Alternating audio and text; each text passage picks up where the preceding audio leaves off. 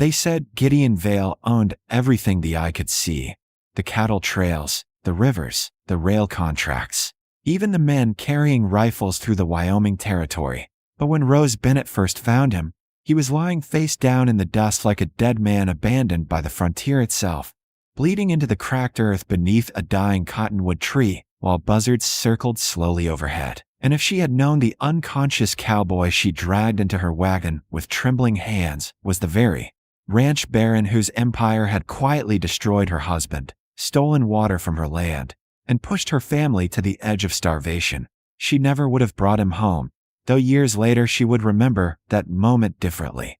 Not as the beginning of trouble, but as the moment her lonely life changed forever.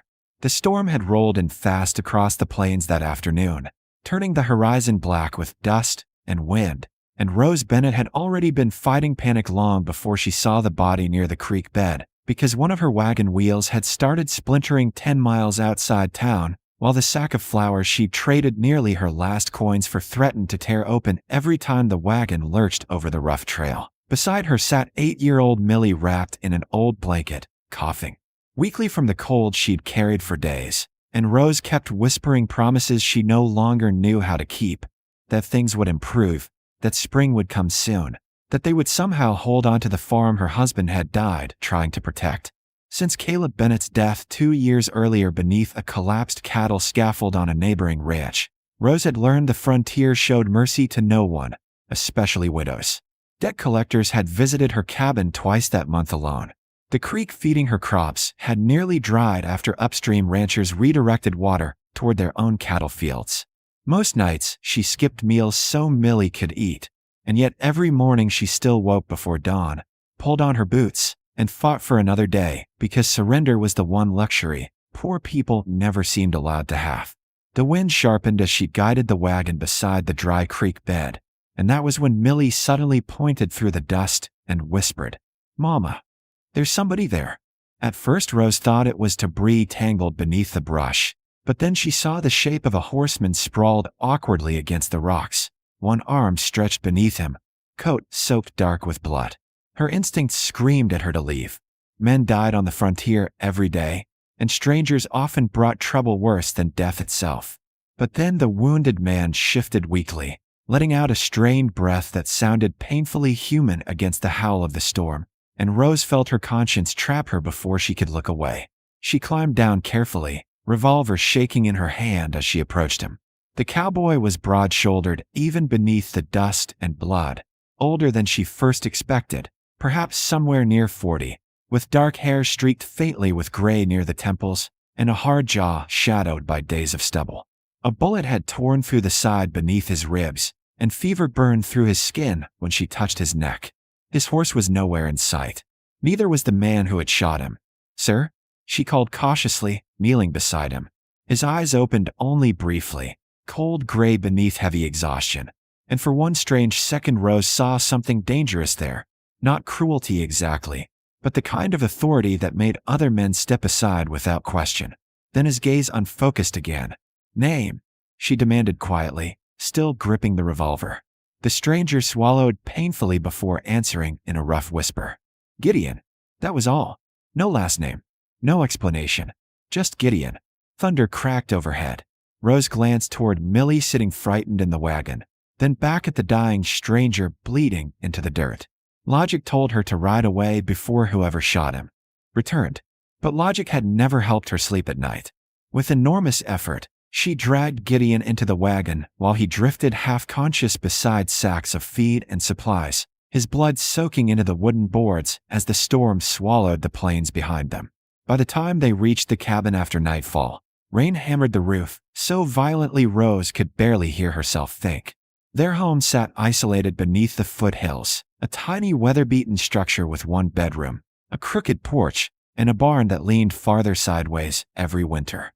Rose managed to pull Gideon inside, while Millie lit lamps with nervous little hands. The cowboy barely remained conscious as Rose cut away his ruined shirt and discovered the bullet had passed clean through, though infection had already begun spreading around the wound. She cleaned it with whiskey while Gideon gritted his teeth through silent agony rather than scream. Most men cried out during pain like that. This one only stared at the ceiling as if he'd learned long ago that suffering was best endured quietly. For 3 days the fever nearly killed him. Rain trapped them inside, while Rose fought to keep him alive using old remedies taught by her mother years earlier. Millie carried water. Rose changed bandages. Sometimes Gideon muttered names in his sleep, some angry, some sorrowful, and once he woke suddenly reaching for a revolver that was no longer there, his eyes sharp with panic before settling on Rose standing beside the bed. "Easy," she whispered firmly. "You're safe here." The strange thing was that Gideon looked genuinely surprised by those words, as though safety was something he had not felt in a very long time. On the 4th morning the fever finally broke. Rose awoke before sunrise and found Gideon sitting weakly on the porch wrapped in one of Caleb's old blankets, staring silently across the valley while pale morning light touched the distant hills. Up close, now cleaned and rested, he looked less like a drifter and more like something difficult to define. There was nothing flashy about him. His boots were worn, his coat old, his hands rough with years of labor. But men who spent their lives taking orders did not carry themselves the way Gideon did. Even seated injured in silence, he looked like someone accustomed to being obeyed. Rose stepped beside him holding a cup of coffee. "You should still be in bed," she said. Gideon accepted the coffee carefully. "Spent enough time lying down." His voice remained rough, but steadier now. For a while they sat listening to distant wind through the grasslands. Then Gideon's gaze shifted toward the nearly empty crop fields below the cabin. "Your creek's drying." Rose stiffened slightly. Upstream ranches diverted most of it last spring. Gideon's jaw tightened almost imperceptibly. "Nobody stopped them?" She let out a bitter laugh. "Folks like us don't stop men with money." Something unreadable crossed his face then, something heavy and deeply personal. But before Rose could study it further, Millie burst through the cabin door carrying one of Gideon's coats she had been trying to mend. "Mama," she exclaimed proudly before turning toward him. "I fixed the tear in this part." Gideon looked at the careful stitching done with childish unevenness, and, for the first time since arriving, the corner of his mouth lifted faintly. "Looks better than before," he told her quietly. Millie beamed. Rose watched the moment from beside the porch railing, unsettled by how natural it suddenly felt seeing another man sitting outside her home with her daughter laughing beside him. She reminded herself this stranger would leave soon. Men like him always did. Yet neither she nor Gideon noticed the distant riders watching the cabin from the ridge beyond the valley, or the way one of them quietly turned his horse after spotting smoke rising from Rose Bennett's chimney.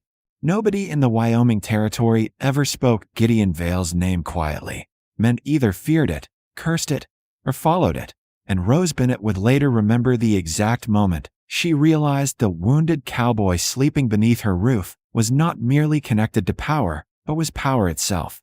The moment the owner of the general store removed his hat the instant Gideon walked through the door, while 3 hardened cattlemen standing near the stove suddenly fell silent like schoolboys caught misbehaving. And yet what haunted Rose afterward was not the fear in those men's eyes, but the unbearable truth that the stranger who had begun making her daughter laugh again was also the same man whose empire had slowly strangled families like hers for years.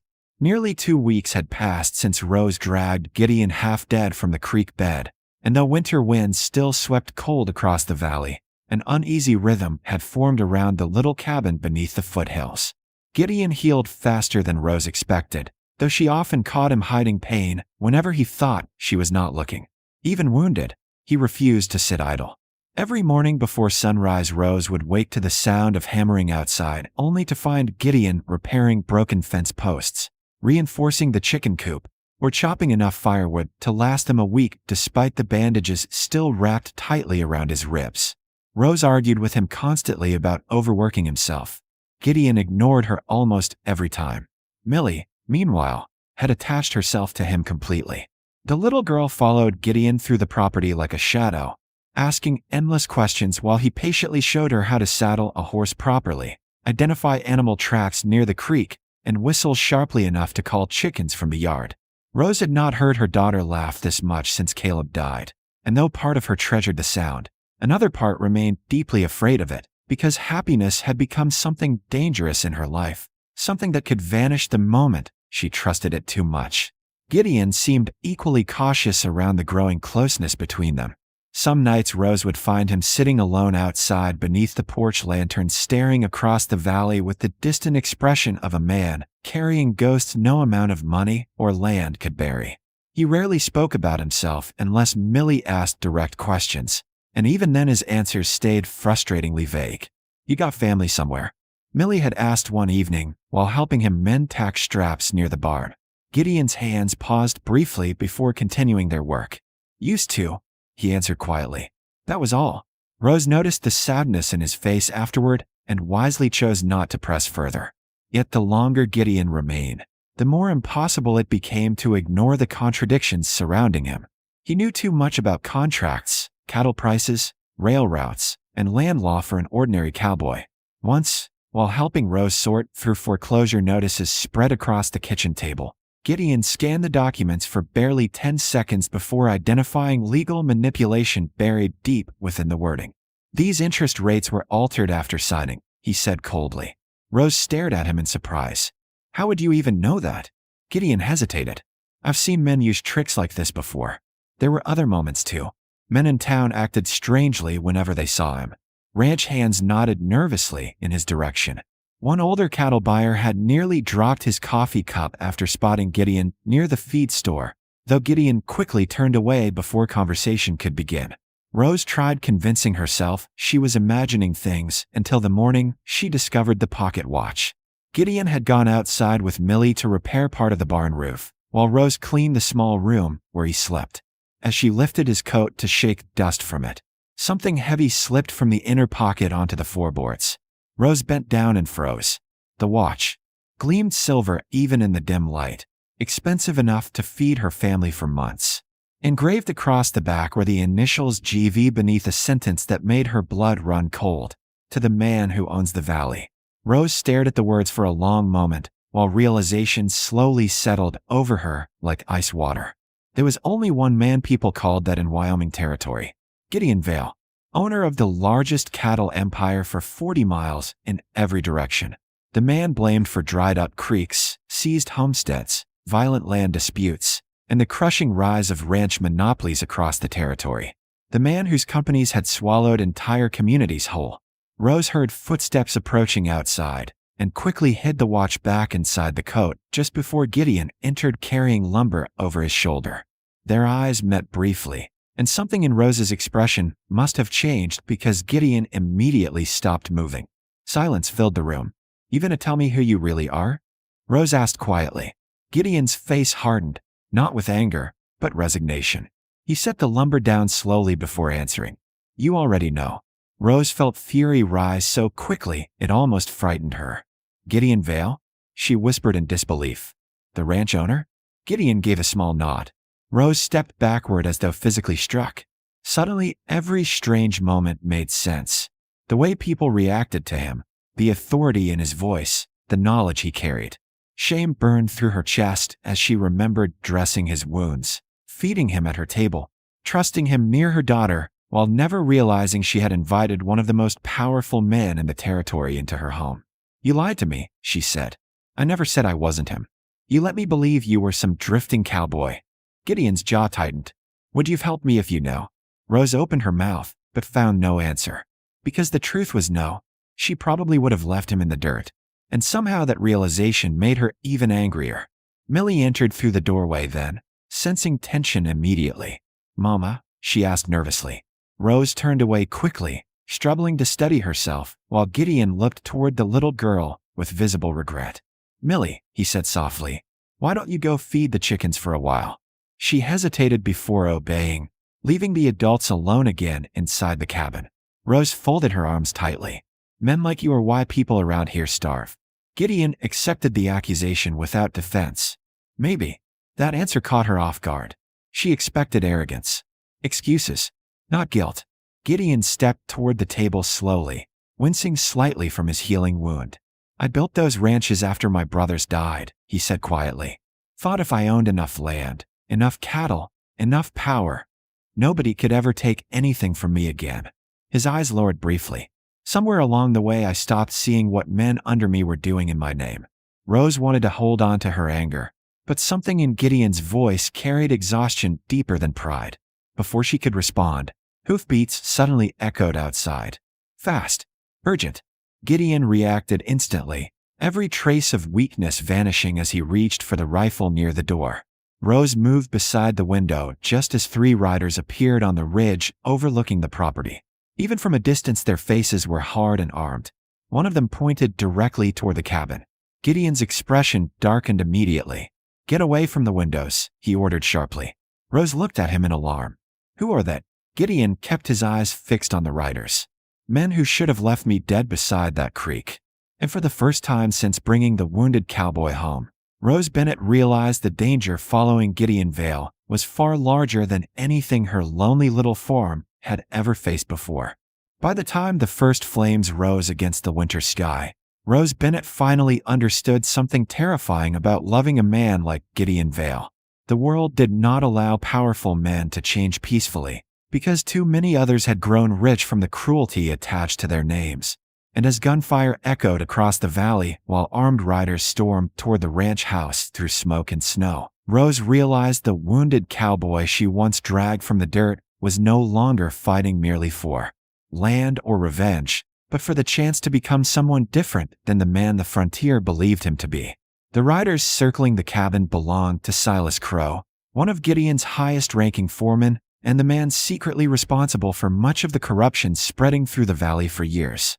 Crow had spent a fortune growing wealthy beneath the protection of Gideon Vale's empire, seizing homesteads illegally, diverting water supplies, threatening settlers into surrendering land. And the moment he learned Gideon survived the ambush near the creek bed, he understood everything he built could collapse overnight. For 2 days tension smothered the valley like a coming storm. Gideon barely slept. He reinforced windows, checked rifles, and rode through neighboring properties warning nearby settlers to stay alert, while Rose struggled to accept how quickly her isolated life had transformed into something dangerous and uncertain. Yet what unsettled her most was watching the change happening inside Gideon himself. The ruthless authority she once feared no longer resembled greed or pride. Now it looked like responsibility, guilt, determination. For the first time in years, Gideon Vale was finally seeing the damage his empire had caused ordinary people, and the realization haunted him more deeply than the bullet wounds still healing beneath his ribs. One freezing evening, Rose found him standing alone beside the barn staring across the snow-covered valley, while distant lantern lights flickered far off near the cattle rods below. "You should come inside," she said softly. Gideon did not move. "Crow's gathering men." Rose stepped beside him. "Then we leave before they come." Gideon shook his head immediately.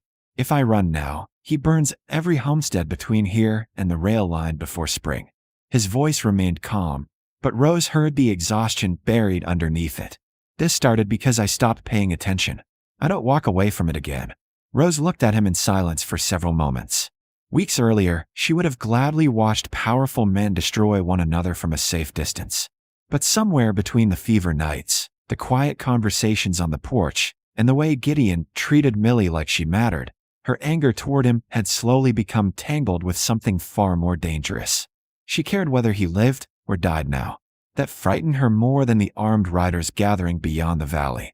The following morning proved Gideon right. Smoke rose from the neighboring Harper homestead shortly after dawn. By the time Gideon and Rose reached the property on horseback, the small farmhouse had already burned nearly to the ground, while terrified livestock scattered through the snow. The Harper family survived, but barely. Nailed to the remains of the front gate was a message carved into wood: "Leave the valley, or watch it all burn." Rose stood staring at the destruction, while cold fear settled into her chest. Crow was not bluffing.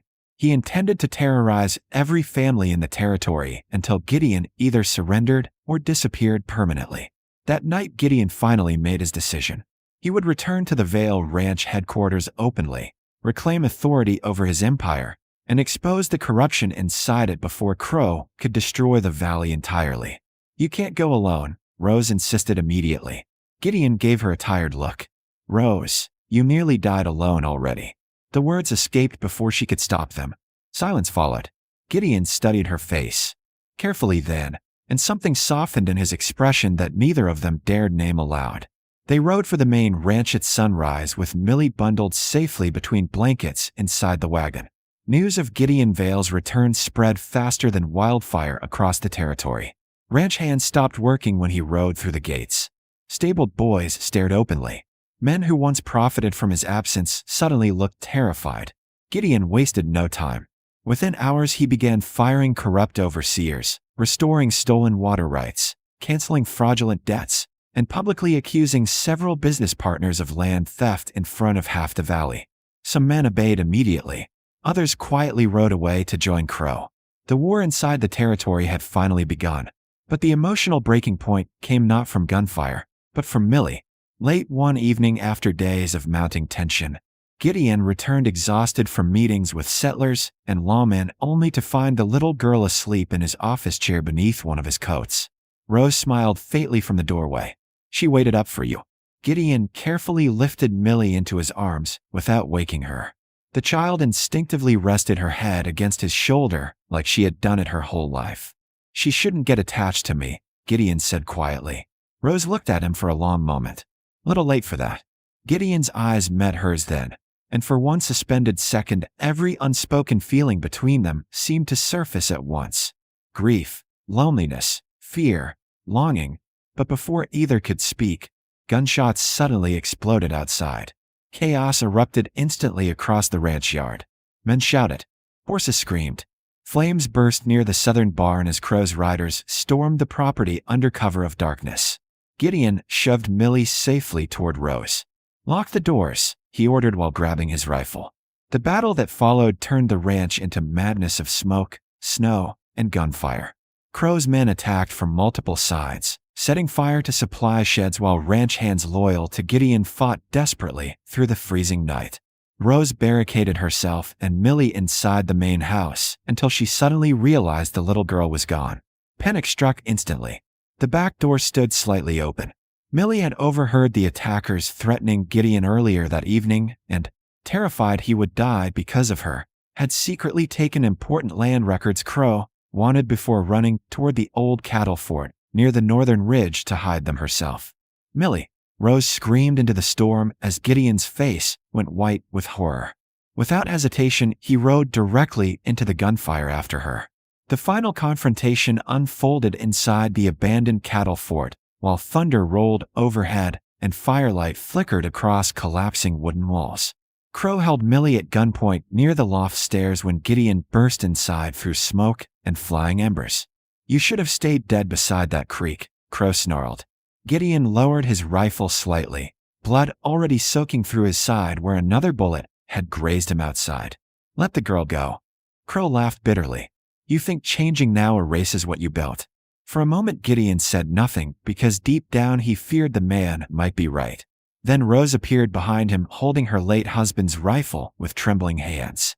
Her voice cut through the chaos like lightning. "The man who built this empire isn't the man standing here anymore." Gideon turned toward her, stunned. Crow hesitated just long enough.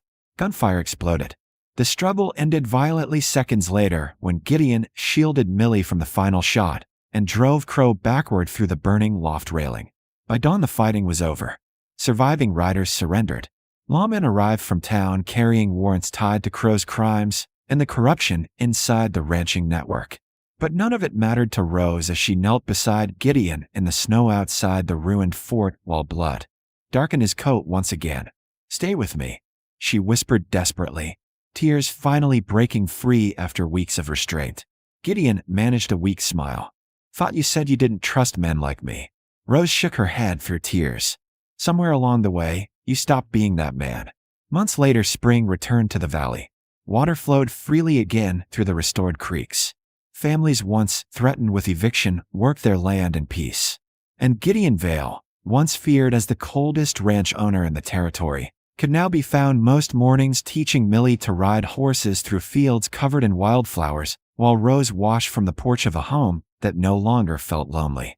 One evening as the sun dipped low across the valley, Rose discovered Gideon quietly signing away large sections of his land to struggling settlers who had nearly lost everything under his former empire. "You spent your whole life building this," she said softly. Gideon looked toward the distant fields where Millie laughed while chasing horses through golden light. Then he reached for Rose's hand. "No," he answered quietly. I spent my whole life looking for this.